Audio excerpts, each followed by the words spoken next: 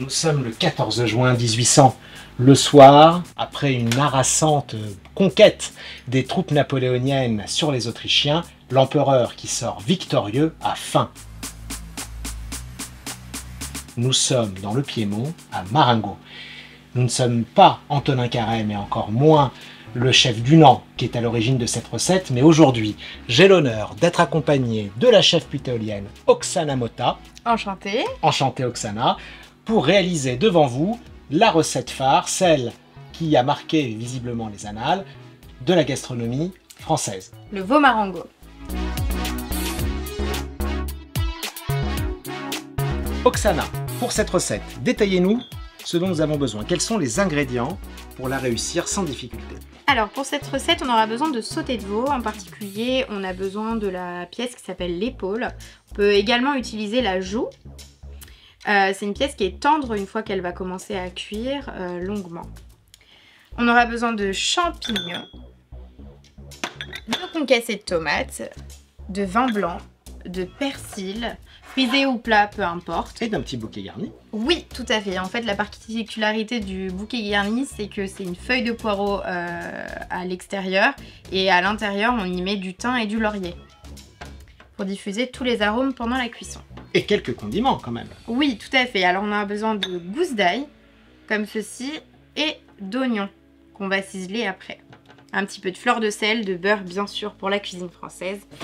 Et puis on est bien. Et pour finir, on va réaliser des petits cœurs en pain de mie ensemble, et alors, Alexandre. Très bien, j'ai hâte. Et alors, avec quoi allez-vous accompagner ce veau Marengo? On va accompagner le veau avec des petites pommes de terre sautées à l'ail et au persil haché. On en salive déjà. Donc je vous le disais en introduction, l'empereur avait faim et il a demandé à son chef Dunant de lui concocter un petit plat. À l'origine, ce n'était pas le veau qui était utilisé dans cette recette, mais bel et bien du poulet, puisque c'est la seule bête vivante qu'il a pu retrouver sur le champ de bataille. Exactement. Donc aujourd'hui, la recette a évolué et nous prenons bien du veau. Tout à fait. Alors pour ce faire, on va commencer par faire rissoler notre viande pour effectuer des sucs en fait, ce qui va nous donner du goût lors de la cuisson et lors de la dégustation. Alors comment on s'y prend? Est-ce qu'on doit parer la viande? Non, on n'a pas besoin de parer la viande et justement le gras va apporter le moelleux et va fondre en fait pendant la cuisson. C'est ce qui va permettre à la viande d'être tendre après cuisson. Je vais t'ouvrir la cocotte et on va y mettre en premier un peu d'huile de tournesol parce que c'est une huile qui résiste à la chaleur. Très bien. Donc ça nous permet de faire rissoler. Donc l'équivalent d'une bonne cuillère à soupe. 2 bonnes cuillères à soupe. 2 bonnes cuillères à oui, soupe. Un bon très bien, soyons généreux. À cocotte vif, à feu vif, c'est important pour éviter que la viande dégorge de l'eau. D'accord. Donc on la saisit à feu vif. Tout à fait. Et on la touche plus une fois qu'on la met dans la cocotte. D'accord. On aime bien ce petit chat. Ah oui, ça met déjà l'eau à la bouche. Donc on évite de saler et on utilise plutôt le sel et le poivre en fin de cuisson. En fin de cuisson pour rectifier l'assaisonnement. Tout à fait. Cette étape prend combien de temps? On en a environ pour 5 à 7 minutes, le temps de pouvoir ciseler nos oignons et notre ail. Ok.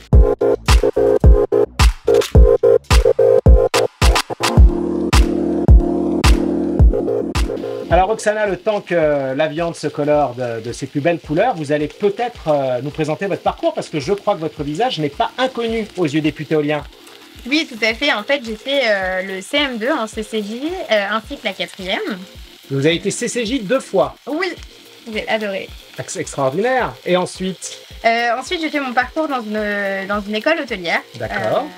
Et mon apprentissage chez Alain Ducasse. Chez Alain Ducasse, grand cuisinier à Paris, j'imagine. Tout à fait, j'ai fait mon apprentissage au Jules Verne. Au Jules Verne, à la Tour Eiffel. Pourquoi votre visage nous est si familier alors? Parce que j'ai effectué l'émission Objectif Top Chef en 2019 et 2020. Avec Philippe Etchebest. Tout à fait, ouais. Donc c'est lui qui vous a propulsé sur le devant de la scène. Tout à fait, exactement. Et depuis, la passion de la cuisine ne vous a jamais quitté. Non, et puis j'ai décidé de la transmettre en fait à travers mes cours de cuisine au Palais des Gourmets. Donc vous enseignez aujourd'hui la cuisine aux enfants et aux adultes au Palais des Gourmets. Tout, ouais, c'est ça. Parfait.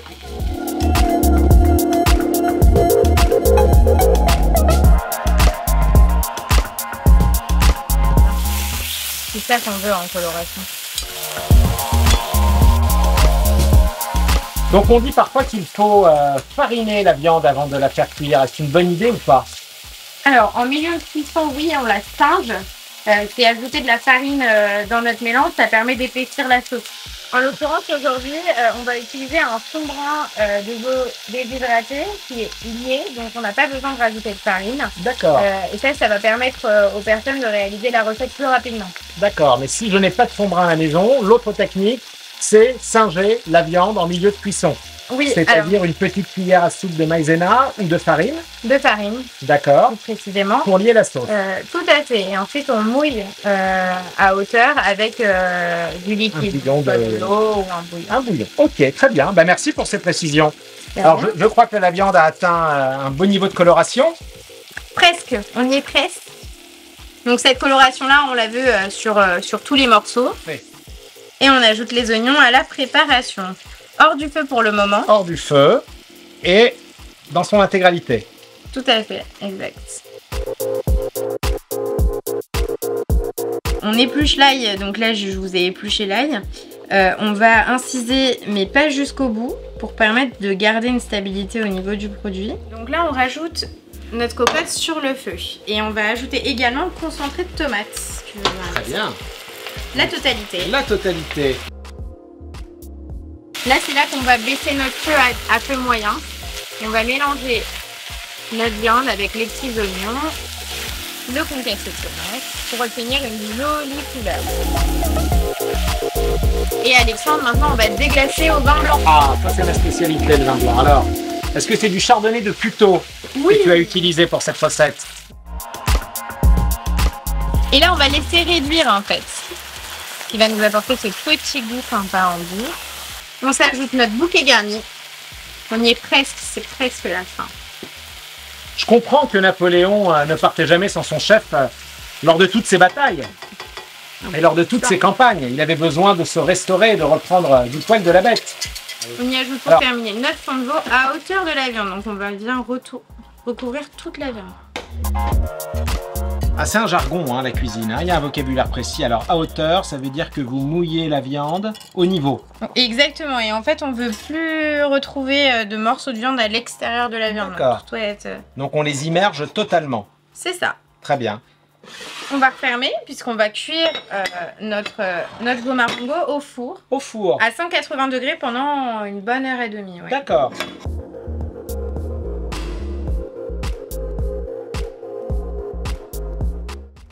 Je vous invite à venir humer le fumet de ce veau marengo préparé par Roxana.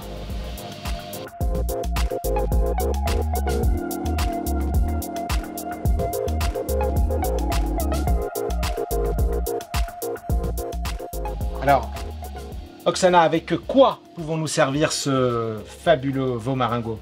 Alors, on peut servir ça, normalement, à l'origine, c'est servi avec des pommes de terre vapeur. D'accord. Mais aujourd'hui, on a envie de gourmandise. De gourmandise, et du coup, on se fait des petites pommes de terre sautées. Donc, c'est très réconfortant, les petites pommes de terre sautées. C'est ça, avec du beurre. Avec du beurre, très bien. Oui, alors on les fait cuire à l'eau et on les fait sauter dernière minute. Surtout, ce qui est important, c'est garder la peau, parce que c'est là où il y a le plus de vitamines. D'accord. Donc, on conserve la peau. Donc, je conserve la peau, mais je la fais cuire à l'eau. Et ensuite, je la fais revenir dans de la matière grasse, dans du beurre, j'imagine. Oui, dans du beurre et un petit peu d'huile pour contrer aussi. Très bien. Donc là, je vais les découper en rondelles. Elles sont encore un peu fermes, c'est normal, elles vont finir de cuire au beurre.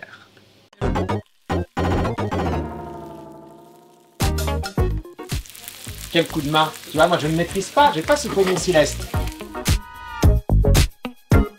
Alors, Alexandre, on va du coup éplucher les champignons. Je ne les lave pas d'abord, Roxana. Et non, parce que c'est gorgé d'eau à 80%.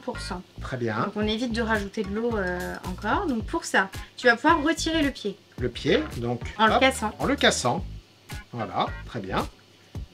Et on le dépose, et ce pied-là, on peut le récupérer pour faire des bouillons, pour faire des sauces, tout ça. Après, on va partir de l'intérieur, et avec la pointe de ton couteau, si tu veux, je peux te montrer. Allez, montre-moi. Avec la pointe de ton couteau, on va partir de l'intérieur et on va tirer vers l'extérieur. C'est magique, ça s'enlève tout seul. Et on va faire ça pour tout le champignon. Donc et là, il se peut... On épluche le champignon pour enlever toutes les impuretés, le sable, mais on ne le lave surtout pas. Non, il se peut que certains champignons, il y ait besoin de les brosser. D'accord. Il y a de la terre. Ah, tu penses au cèpe? Oui, par exemple. sinon, après, il y a des champignons qui se lavent aussi. Trompette de la mort. Et la morille, pleine de cailloux. Ouais. Elle se lave. Alors là, vous pouvez également tirer avec les doigts. Ah oui. Ça marche très bien. Je suis convaincu. Super.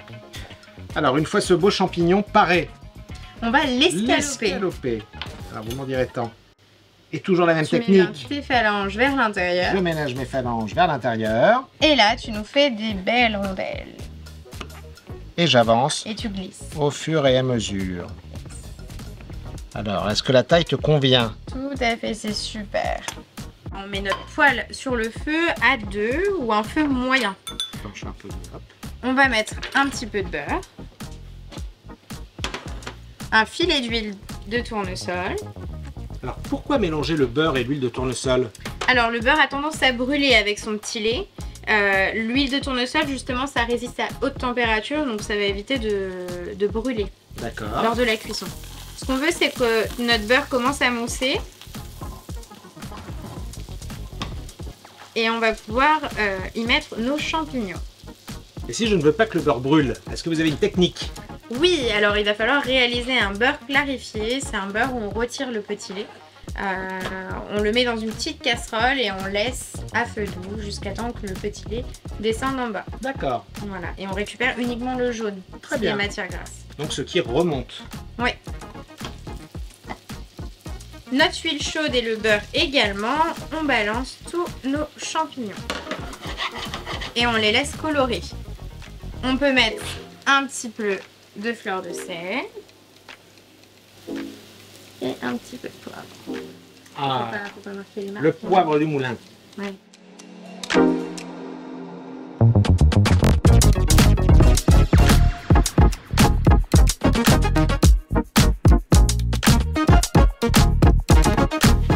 Alors, Roxana, les champignons sont-ils cuits?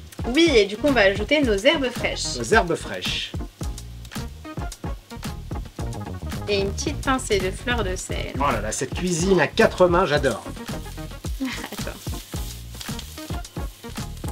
Et c'est fini. Super, cette belle poêlée. Donc là, du coup, on réhydrate le fond de volailler, Le fond de volier, d'accord. Oui. Déshydraté du coup, et on le réhydrate avec de l'eau froide ou chaude. On verse la poudre dedans et on va fouetter jusqu'à temps qu'elle s'épaississe. Du coup, une fois qu'on a fait ce fond, il va nous servir pour la sauce du veau marengo D'accord. et aussi pour tremper les pointes de pain de mie, de cœur de pain de mie dedans et après dans le persil. Au final, là, une fois que tout est mélangé, on va laisser et dès qu'on a une petite ébullition, on va fouetter pendant 3 minutes. 3 minutes à ébullition. Ouais. Alors là, on va faire dorer les petits cœurs de pain de mie. Pour cela, on va mettre du beurre dans la poêle avec un tout petit peu d'huile de tournesol pour éviter que ça brûle. Donc là, on va déposer... Donc, vous avez détaillé des tranches de pain de mie Oui. avec l'emporte-pièce? Non. Non, vous Je les faites ai ça taillés. traditionnellement, Ouais. vous les avez taillés. Alors, est-ce que vous voulez nous montrer comment on taille du pain de mie en petits cœurs? Oui. Alors, dites-nous Alors. tout, mon petit chat. On va couper en deux notre pain de mie. Et on va se le mettre face à nous. Comme ceci. En triangle, donc. En fait, ce qu'on a envie, c'est d'obtenir un losange. Ah, D'accord? C'est Donc, là on que ça va se complique. égaliser. Donc là, vous faites comme si ça part en ligne. d'accord. Petite ligne. Vous partez dans ce sens-là.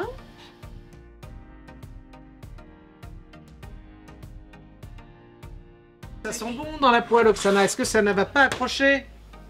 Et on va les Hein? retourner. Vos petits bébés, vos petits cœurs, faut-il les retourner? Oui.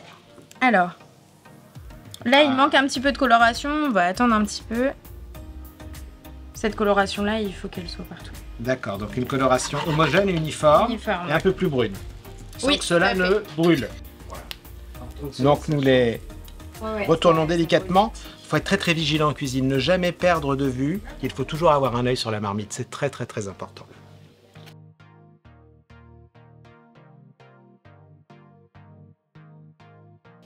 Alors mon petit chat, ces petits cœurs, qu'est-ce qu'ils disent? Alors là, on va pouvoir les tremper dans notre fond de veau, notre petite sauce.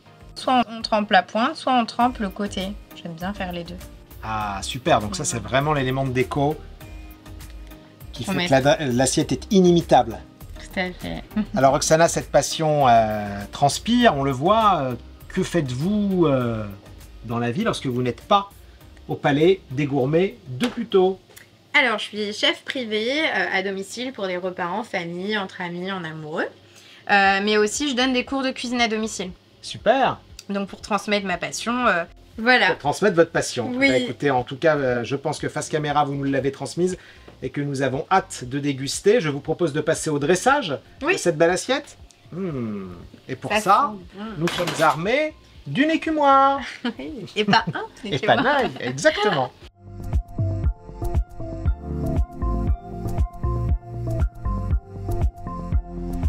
Alors Roxana, avec quoi conseilleriez-vous d'accompagner ce veau maringot en hommage à Napoléon? Avec un petit chambertin. Un petit chambertin. Ben, vous savez que vous avez raison, parce que Napoléon raffolait des vins de Bourgogne.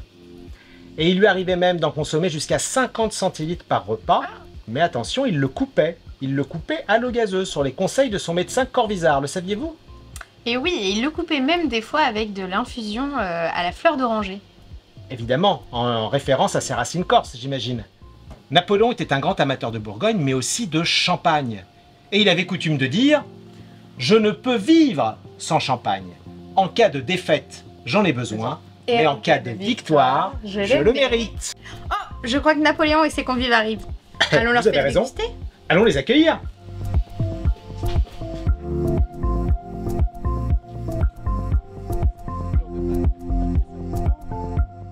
Bonjour. Monsieur. Monsieur l'empereur. Madame Joséphine, mes hommages. Bonjour. Bonjour. Bienvenue chez nous. Bienvenue pour déguster ce menu en votre honneur, cher empereur. Ce menu napoléonien. Ici même à Puteaux, au gourmet.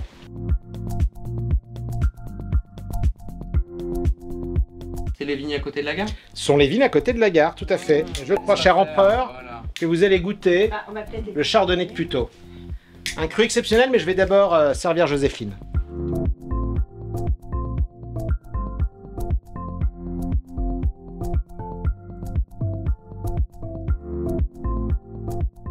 Oksana, je suis ravi de faire découvrir votre plat, votre recette, celle que vous inspirez l'empereur, ce midi à Puteaux, le veau maringot. Alors nous allons le faire déguster à l'empereur. Joséphine, c'est pas toi qui cuisine alors à la maison? Si ce veau lui rappelle quelques souvenirs. Quelques souvenirs de conquête peut-être. Belle bataille du 14 juin 1800 contre les Autrichiens et le général Bonne-Mélas. C'était un souvenir exceptionnel. Très bien, cher empereur. Est-ce qu'on vous laisse découvrir ce... Ah oui, je tiens à le faire, je tiens à le faire. Ah, super, ça me rappelle la recette de mon chef du Nant. Mais avec du veau cette fois.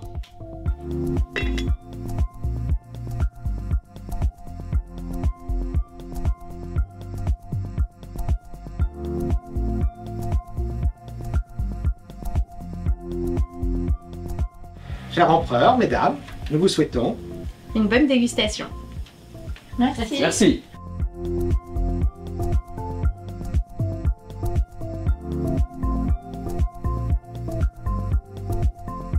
C'est hyper bon, hein.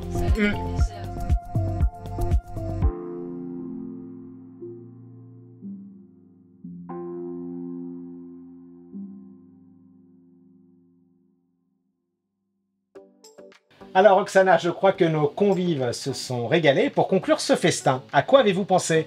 J'ai pensé à un bon petit chocolat chaud onctueux. Je sais que Napoléon raffolait d'en boire la nuit quand il travaillait tard. Ne serait-ce pas un clin d'œil à sa tendre et aimée Joséphine? Oui, bien sûr, parce qu'elle lui ramenait la vanille Bourbon de Martinique. Effectivement, donc on vous laisse officier. Faites-nous saliver. Pour ce faire, on va mettre 200... Moins 2. 198. On va mettre 200 g de chocolat noir. On peut utiliser un chocolat noir 50%. Ça va très bien. À fondre au bain-marie. Donc en fait, un bain-marie, c'est une casserole avec un petit peu d'eau au fond et un cul de poule. Ah, le fameux cul de poule. Avec notre chocolat pour pouvoir le faire fondre sans avoir un contact direct avec l'eau chaude. Alors du coup, ça permet au chocolat de garder peut-être toute sa saveur, son onctuosité? Oui, et d'éviter de modifier la texture aussi. Ah, de modifier la texture. Très bien. Alors, donc ça va gentiment fondre et pendant ce temps-là, on va ajouter 500 ml de lait. Alors pour les plus jeunes, 500 ml, c'est 50 centilitres. dans notre casserole. Et de on va lait écrémé. de lait entier. demi-écrémé ou entier, peu entier. importe. Oui. Soyons Pour les plus gourmands. là encore entier, hein. gourmands, bah oui. La saison s'y prête. Et on va rajouter notre cacao. Il nous faudra 10 grammes de cacao.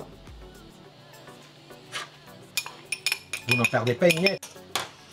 Voilà. Alors, en attendant, on va réhydrater du coup la maïzena. La maïzena a besoin d'être au contact d'un liquide afin de se mélanger plus facilement. Alors la maïzena, quelle est sa vocation dans la recette? Elle va épaissir votre mélange. Donc, ce côté onctueux, on va l'avoir grâce à la Grâce à maïzena. la maïzena, ah, très bien. Ouais, donc je rajoute un petit peu de lait froid dans ma maïzena. Et je vais mélanger avec le dos de ma cuillère. Jusqu'à temps qu'elle soit bien mélangée. Donc effectivement, la maïzena, c'est très léger. C'est de la fécule De maïs. de maïs, donc c'est parfait pour les sans gluten. Oui. Et elle a surtout vocation voilà, à se liquéfier très rapidement, hein, à se dissoudre très facilement, sans grumeaux. Oui, tout à fait. Alors après, quand on va attendre un petit peu, elle va redescendre en bas. Le tout est de remélanger D'accord. avant de l'incorporer au chocolat chaud. Alors ça, on va réserver sur le côté. Pour le sucre vanillé, vous pouvez le réaliser, Alexandre. Ah bon, et comment fait-on? Alors c'est tout simple. Quand vous utilisez une gousse de vanille, Oui. vous l'avez grattée, il vous reste du coup la gousse. La gousse, exact. Vide. Et donc cette gousse-là, on va la mettre dans une boîte avec le sucre. On va fermer et dans 2 semaines, notre sucre sera aromatisé à la vanille. Merveilleux. Vous me faites Voilà. rêver, Oksana. Pendant ce temps-là, le Oui, chocolat. dites-moi. Le chocolat bout ou pas bout? On va mélanger, on va fouetter. Lorsque ça va chauffer, le cacao va se On n'est pas dissoudre. par les sentiments. Pour la cannelle, on évite d'utiliser de la cannelle en poudre, c'est un peu trop puissant. Et pour le D'accord. coup, la cannelle en bâton apporte un petit côté subtil en fait. Donc on l'ajoute tout simplement dedans. Dans la préparation, Ouais, et elle va s'infuser. à base de lait chaud. Et pour ceux qui seraient réfractaires au goût de la cannelle, Oui, vous pouvez également utiliser du miel. Alors nous, l'avantage à Puteaux, c'est que on fait notre miel. c'est vrai. Nous avons des ruchers sur l'île de Puteaux, Oksana, vous avez raison de le rappeler. Et donc là, c'est le miel de Puteaux, cuvée Napoléon. Tout à fait, c'est le miel de Puteaux. Lorsque le chocolat est bien fondu, on va l'ajouter à notre lait chaud. Alors, dernière étape peut-être de la préparation. Non, pas tout à fait, Ah. il nous en reste une encore. Écoutez, je suis impatient de déguster ce chocolat chaud. Ce Euh. chocolat très réconfortant à l'approche des fêtes. Oui, vous allez pouvoir le faire avec vos enfants, en famille. Vous venez d'adjoindre donc les pépites de chocolat fondu au bain-marie à la préparation chocolatée à base de lait. Oui, Vous y avez, je crois, introduit une gousse, ou en tout cas un bâtonnet de cannelle. Vous C'est avez bien. précisé qu'il fallait éviter de la consommer en poudre, puisque son goût était trop puissant. Et pour finaliser cette recette et donner l'onctuosité à ce chocolat, quel est le dernier ingrédient à incorporer? alors on va incorporer la maïzena qui a été diluée dans le lait froid. Au fond, on a un dépôt, donc on remélange bien notre maïzena avant de l'incorporer. On va commencer par mettre la moitié. D'accord. Donc on dose avec parcimonie. Oui, en fait, on va voir si le chocolat épaissit suffisamment. S'il épaissit suffisamment, on n'aura pas besoin d'utiliser l'autre moitié. En fonction de vos goûts. N'hésitez pas, si le chocolat est trop onctueux, à le fluidifier D'accord. avec du lait. Du lait. Et à l'inverse, s'il est trop liquide, vous ajoutez de la maïzena. Là, on va mélanger jusqu'à temps de voir le chocolat épaississe. Et puis, la petite touche finale, ça sera le miel. Le miel de Puteaux.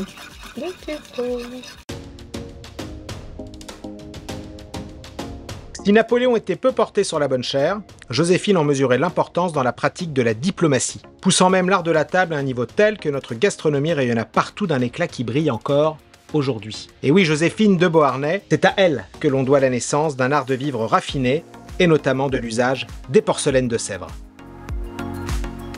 Je crois que nos convives se sont régalés grâce à vous, Oksana. Oui, et du coup, place à la dégustation du dessert. Place au dessert, alors qu'est-ce que vous nous avez concocté? Un petit chocolat chaud et un gâteau russe. Un gâteau russe, vous m'en direz tant. Le Napoléon. Le Napoléon, alors je crois qu'il est fourré à la vanille, si je ne m'abuse. Exactement.